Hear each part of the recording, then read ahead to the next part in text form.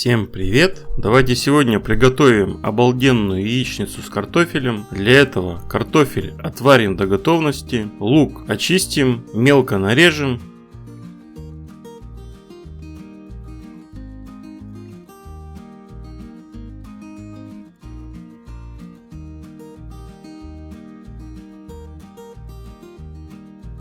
Помидор разрежем. Удалим попку, нарежем на кубики.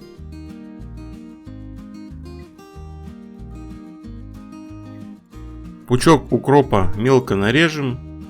В чаше частично смешаем яйца с солью. Полностью до однородной массы смешивать не нужно.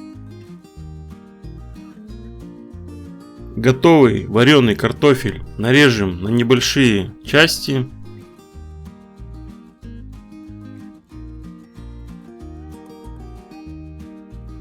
На сковороде обжарим лук в течение 2-3 минут до готовности.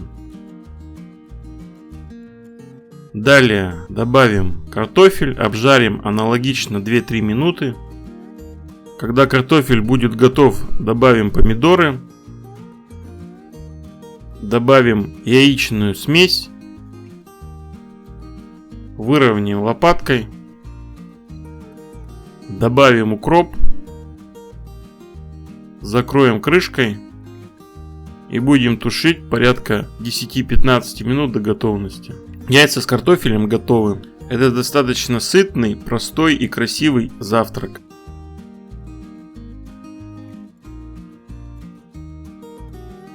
Друзья, ставьте лайк, подписывайтесь на канал Рецепты на выбор, делитесь рецептом в социальных сетях, нажимайте на колокольчик. Всем пока, до новых встреч!